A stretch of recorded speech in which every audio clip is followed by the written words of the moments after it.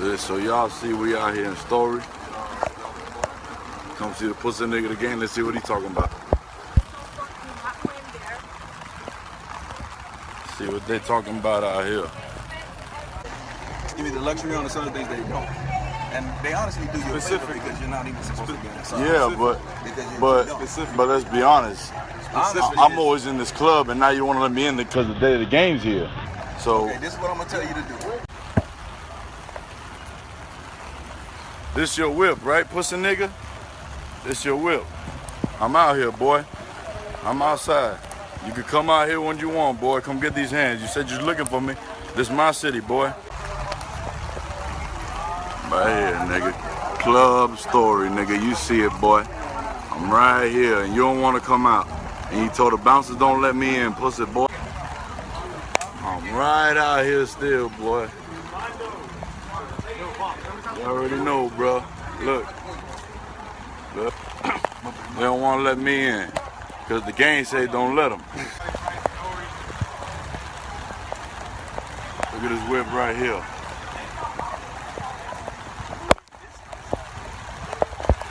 I'm right by your whip, pussy nigga. Where you at though, boy? You ain't... See, I'm still waiting out here. It's raining. Nigga ain't gonna get wet for you. But your pussy ass still hasn't come out the club. You said you was waiting for me, nigga. I've been out here for an hour already. You a straight pussy ass nigga. Still waiting for you to come outside so I can pop you in front of the motherfucking police and go to jail, nigga, because I ain't scared of your pussy ass or jail, nigga. You a scared ass pussy. You said you was gangster. You said you was looking for me. I'm right here, pussy boy. Come out. Look what I do since you don't want to come out, pussy nigga. Oof, wow. We still out here. Look at your whip again, boy. Look at your little gas whips. And the police here to help you. We don't see them boys though, just so you know, nigga. You take the video.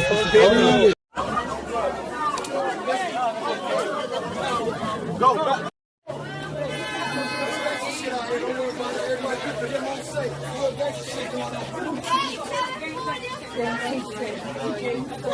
Stitches. They got stitches on the gunfire. They ready to bust this nigga up. Les gens ils filment mais ça ils aiment pas, tu vois.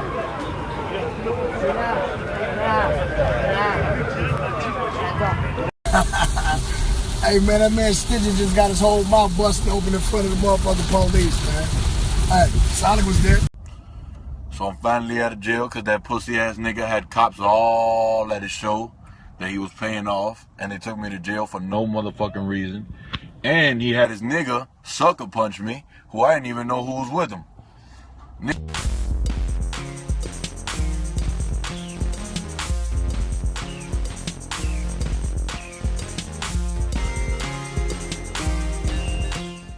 Peace, family. Chauncey, aka you Karima, Great Man of God Media, right back at you once again with another GMOGmedia Spotlight. So, real quick, family, I just want to address this subject, man. Social media has been going crazy. What transpired the past 24 hours, and this is something that I called out in my last video. For those who haven't seen it, which is called the N-word used by suspected white supremacists. And I mentioned a rapper by the name of Stitches out of Florida. But if you're living under a rock, this particular rapper, Stitches, got knocked out in Miami, right here where I am, by The Game's entourage, the rapper The Game, the West Coast veteran. Shout out to The Game. Shout out to everybody over there. I'm actually originally from California, so shout out to all them. The Game is a veteran, and he's extremely battle tested. He's been into a lot of not only verbal fights but physical fights also. So, you barking up the wrong tree when you're doing that. But I digress. Anyhow, as the clips you just saw, the rapper Stitches got knocked out. When he got knocked out, he was basically unconscious for a few seconds. And it's with the social media going on today, anything you do, you get catch slipping, you will go viral instantly. And that's what's happening right now. So social media is going crazy over this. But right now he's currently out of jail, and looks like he's planning on getting some kind of revenge, you know.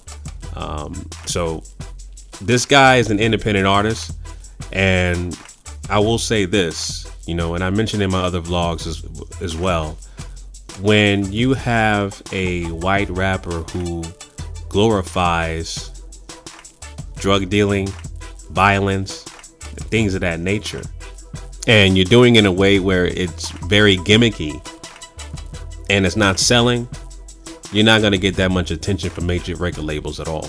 Because for one, as I mentioned before, white executives, they don't care about hip hop. They're not going to put money behind it instantly unless they see these independent rappers are able to generate money on their own. So these white rappers are going to only invest in artists that's able to make them money in return. That's it. So with that said, you know, this guy Stitches, you know, he's going to remain independent because his claim to fame is getting knocked out. You know, he's infamous for getting knocked out, period. That's his claim to fame. This, no matter what he does this point forward, he's always going to be remembered for getting knocked out. And he mentioned in his vlog on his Instagram that he's going to come back, and he mentioned that the game got knocked out in France or something like that. Well, there's no footage of that. There's no footage of that at all. There's people talking about they beat Michael Jordan 1-on-1. There's no footage of that. There's a reason for that, you know?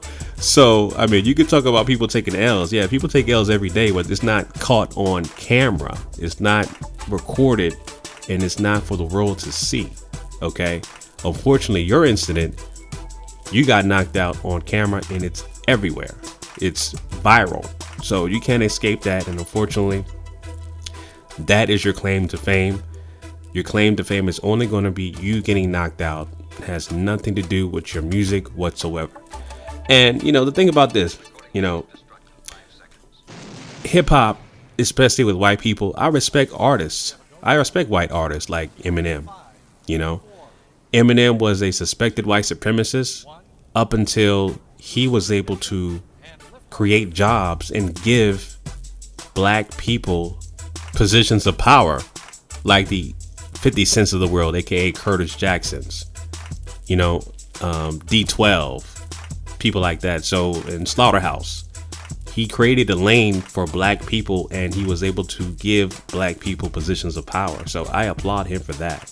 You know, I applaud him for that. People like Macklemore, I respect.